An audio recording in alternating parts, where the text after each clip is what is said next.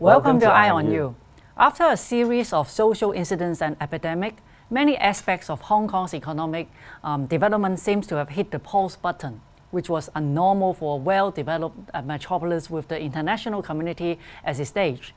Since the resumption of cross-boundary travel, all sectors have been looking for opportunities to bring Hong Kong out of the doldrums and give it a new lease of life. Now, the Hong Kong government has announced the launch of the Night Vibe Hong Kong, which aims to inject new elements into Hong Kong's nighttime consumption, expand the time slots for consumption, attract outbound travel, and enhance economic benefits. At the same time, the success of the Belt and Road Summit at the HKGCC has also brought new opportunities for Hong Kong to revitalize its economy by attracting foreign investment and establishing regional partnerships. With the end of the 4-year vacuum, many suspended local events are gradually coming back into the public eye.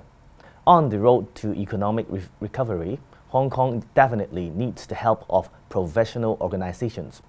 Founded in 1861, the Hong Kong General Chamber of Commerce is the oldest, largest, and most influential business non-profit organization in Hong Kong. The Chamber advises the government on economic and commercial policies, including policy addresses and budget submissions. Today, we are privileged to have Mr. Patrick Yeung as our guest. A seasoned business administrator, Mr. Yeung has been serving as the Chief Executive Officer of the Hong Kong General Chamber of Commerce since August of this year. With 37 years of experience in the key positions within the Swire Group and Cathay Pacific, both in Hong Kong and abroad, Mr. Yeung brings a wealth of expertise. His column in SkyPost covers a wide range of topics which include management, economics, and inspiring life stories. Let us now listen to his valuable insights.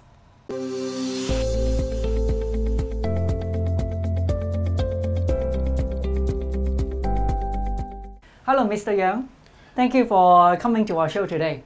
Hi, Eunice. May I address you instead of Ms. Yeung? Of course. I feel that is shorten our distance, even though we are very close already. Yeah, and Patrick, and this is Edward. Edward, good morning. Nice to see you both. Thank you. Very happy to be invited to have a little bit time of talking about Hong Kong with both of you.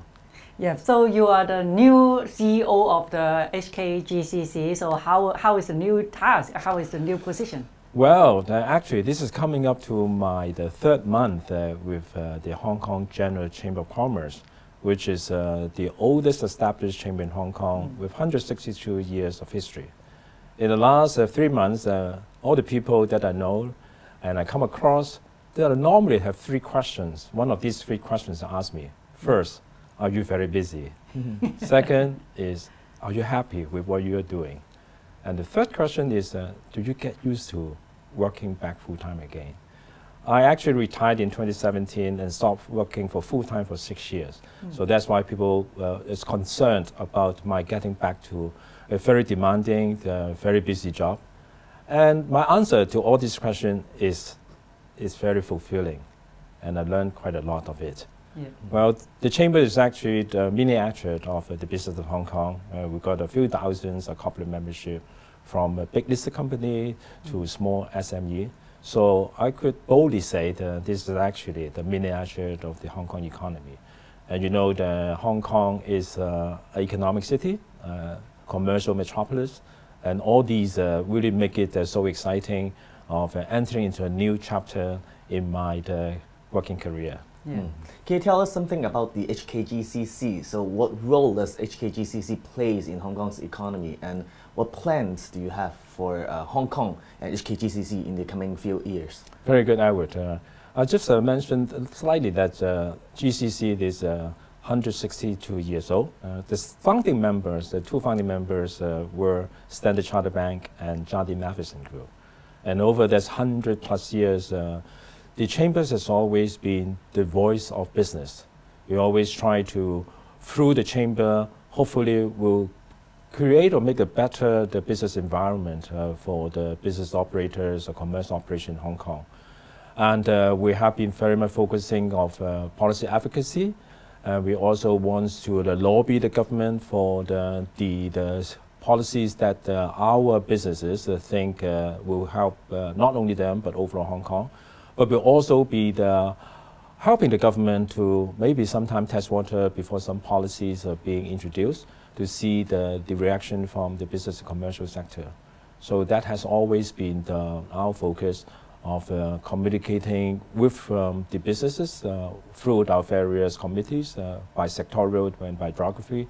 And then we provide that linkage. Like Hong Kong has always been a connector. The Chamber is also a connector between the businesses and also the government, and trying a better tomorrow for the operating environment for business in Hong Kong. Mm-hmm. So after the 2 years pandemic situation, Hong Kong's business sector has been greatly impacted. So how do you see the business recovery nowadays? If you look at figures won't lie. You see that Hong Kong GDP growth is about 2.2 to 3%. And then the business arrival has returned about 70% from the 2018 peak. Normally, when we compare the figures, it would be the 3 years all during the COVID that we not counting it. It's more light the comparison. And that personal consumption has also increased by about 8.5%. So all these are showing that Hong Kong is recovering slowly. Like if you have gone through the big sickness and illness, you need time to recover. And Hong Kong is a vibrant economy before the COVID, and our size of the economy may need longer time to recuperate. But you look at in terms of our aviation capacity, the Cathay Pacific has mounted close to 80% of the capacity, and that those are on the more plus side. But obviously, the challenges ahead is Hong Kong is still needing a very stable and safe environment for business to survive. And also the geopolitical situation in the last 3 years has changed dramatically. And also with that, with the high interest rate, the cost of operating is very high. And obviously during the COVID, the mode of doing business have also been changed. And some of those established ways of doing business are no longer valid in today's economy. So a lot of challenges, shortage of labor, all the associated with all that are facing the Hong Kong at this juncture. Mm. So in your opinion, what are the key areas that Hong Kong excels as an international business hub in terms of competitiveness? Hong Kong uniqueness in the geographic position is incomparable. And with our motherland right behind us is the world's largest economy in many measures. And also Hong Kong over that many years has always been thriving its success as being a commercial international metropolis. And Hong Kong itself has, because of the good system infrastructure, whether it's a very simple tax system, a single and efficient regulatory regime, and a very dependable common law legal system. All these are providing Hong Kong with a very strong platform for accumulating all these years with not only experiences, but access, and also reconfirming the role of Hong Kong as a really important financial and trading hub.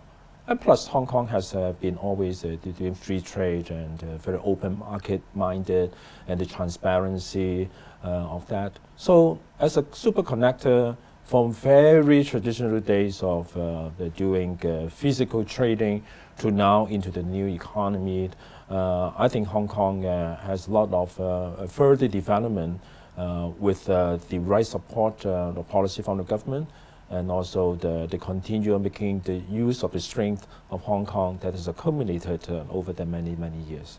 So how do you comment on the new policy or the new measures that the government has rolled out earlier, the Night Vibe Hong Kong?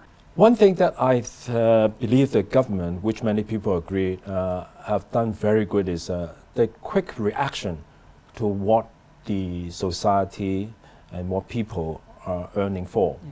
And they're very quick reaction to incidents like the Cathay terminal, cruise terminal, and the government quickly arranged coach buses to enable the passenger to a better experience. So this night market, the vibes of the night market, is also the quick reaction to what the market feels that they are lacking of activity. If you trace back to the history of night market, the first really recorded of night market economy was back to about 1977.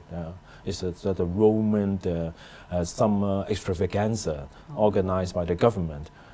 It's actually the night economy. It's actually the subdivision of cultural economics.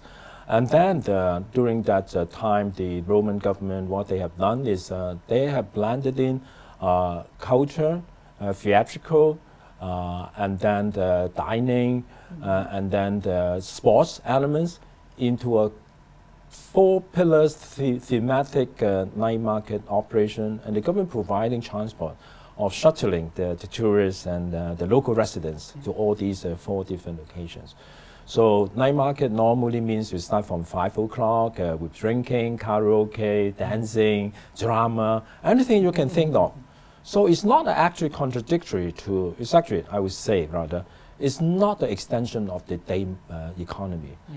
If it's only an extension of the day economy, then you are not really creating something new.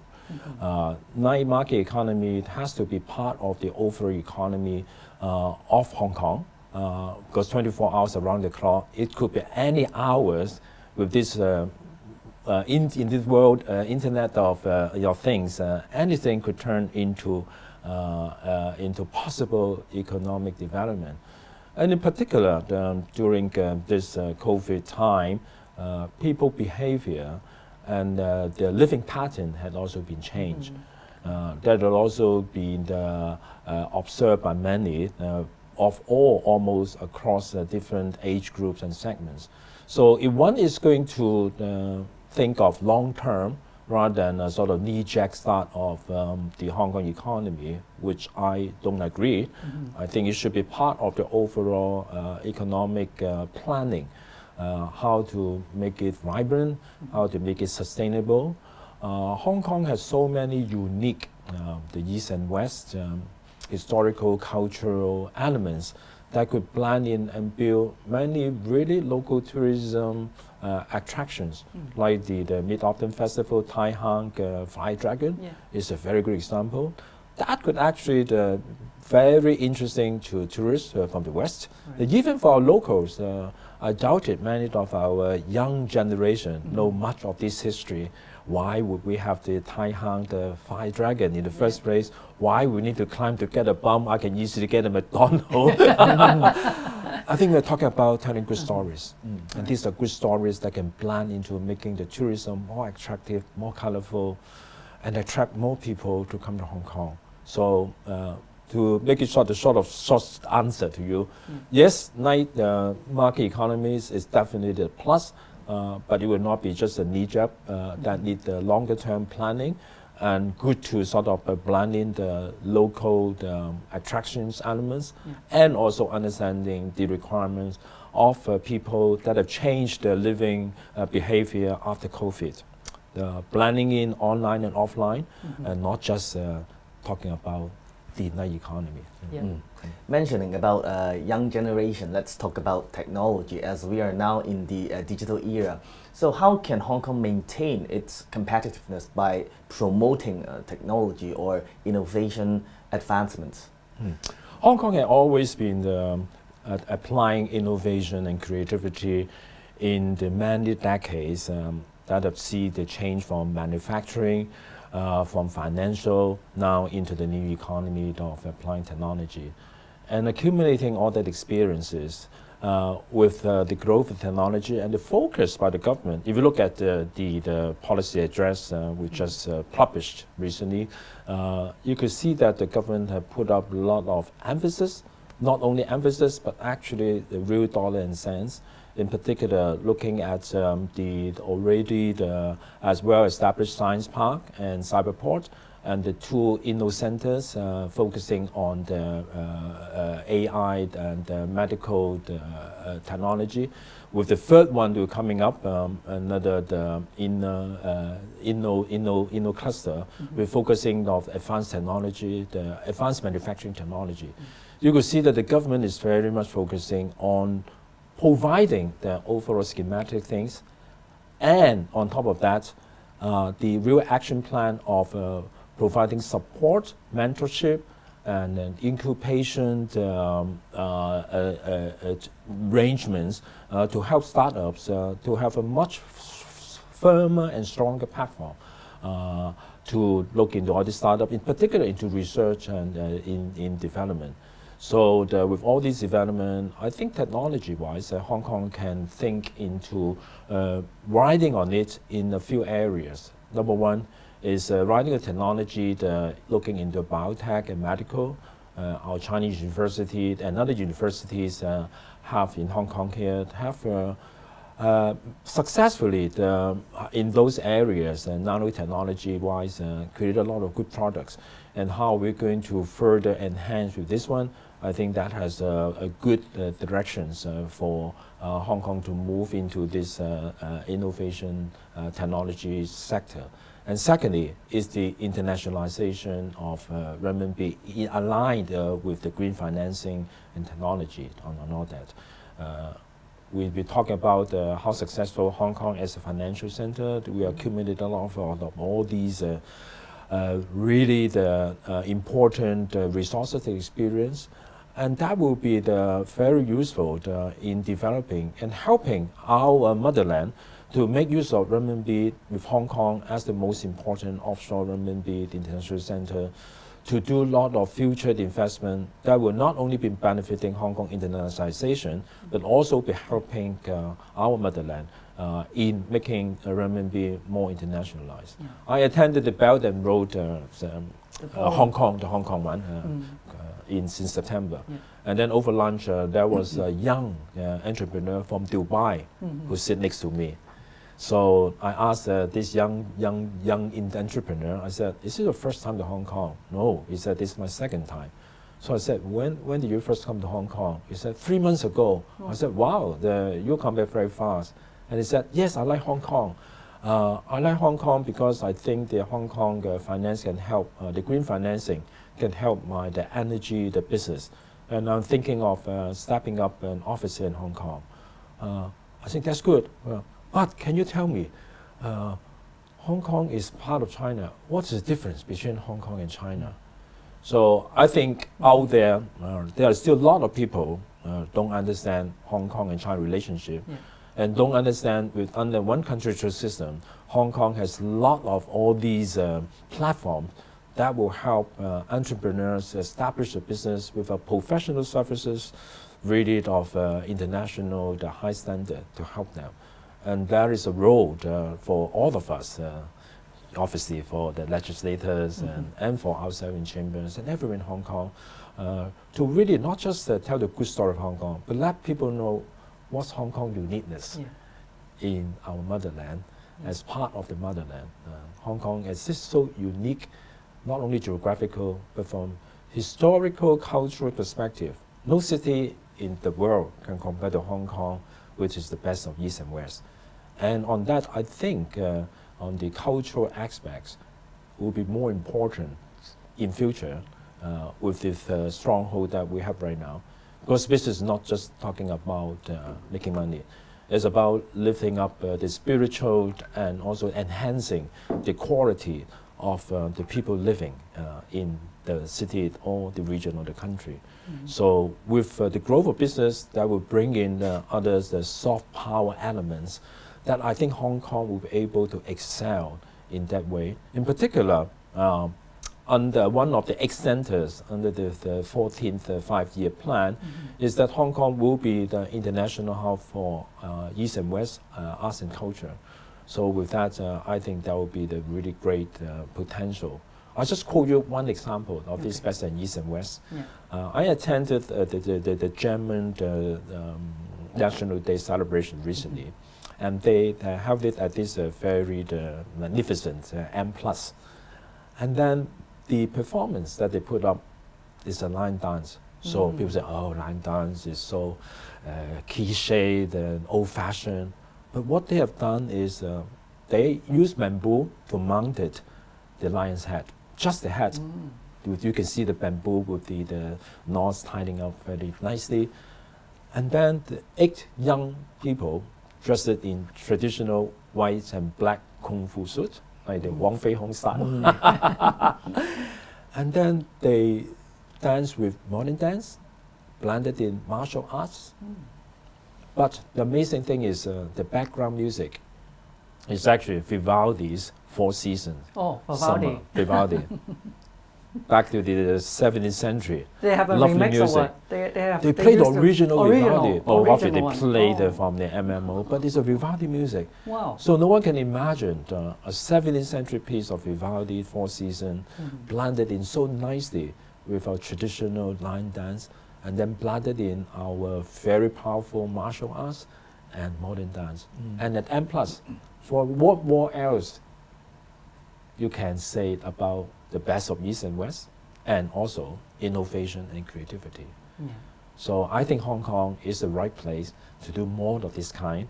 You're not talking about really technology or that. It's just about creativity and innovation and really make something. And it's being employed by the German council to do such a great thing. So another piece of best of East and West cooperation. Great. So in recent time that there are many trade cooperation, especially many of the agreements has been signed, MOUs and agreements has been signed between Hong Kong, mainland and other countries. So how do you see the significance, or how did it impact significantly to the Hong Kong's economy? Hong Kong has always been an important trading port and entreport over the years. As a connector, the more trades that Hong Kong can establish, the spin-off effect of more employment and knowledge transfer and sharing of using technology to share more will definitely be enhanced. So these signed agreement will definitely be helping Hong Kong, even though geopolitics have made it more difficult than before. Our chamber was the one who suggested to the government back to 2003 on SIPA. Hong Kong went through the very tough times during SARS, and obviously we need the restart of the Hong Kong economy, and it was our chamber who have suggested this SIPA idea to Beijing, and then finally the rest is history. This year that marks the 20th anniversary of SIPA, which has done great help to both benefiting not only Hong Kong but also the mainland, and also the tying the Hong Kong and the mainland much more closer in the economic terms. So looking forward, we hope that RCEP will be signed before long. We definitely will be giving Hong Kong another boost in enhancing further Hong Kong's importance trade position.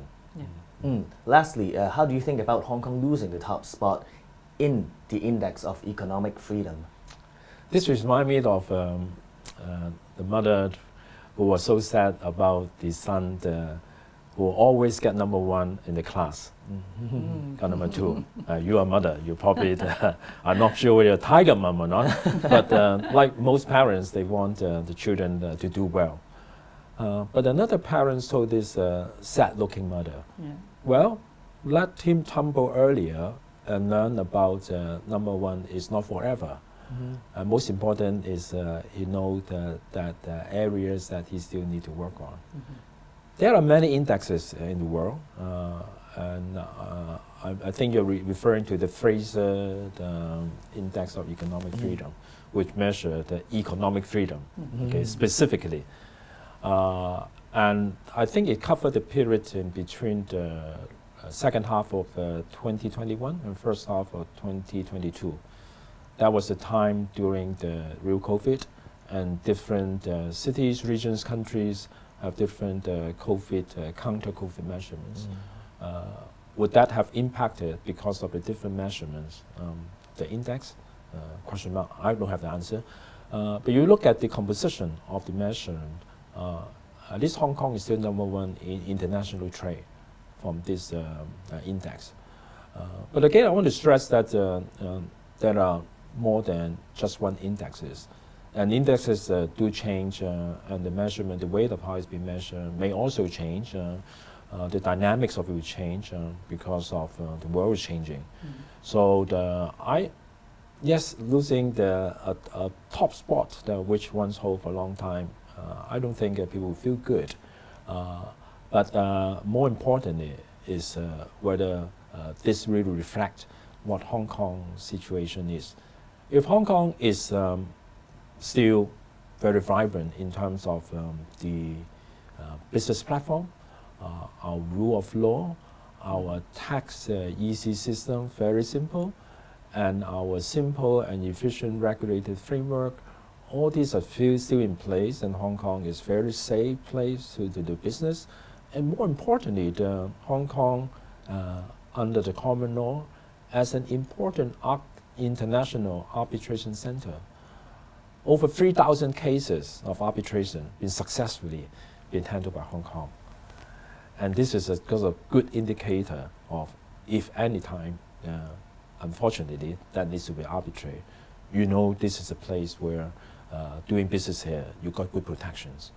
So with all that, I can only say that moving forward, looking at all these changes, developing into the new markets, would continue to give the energy and impetus for Hong Kong's business to develop into the next echelon post-COVID.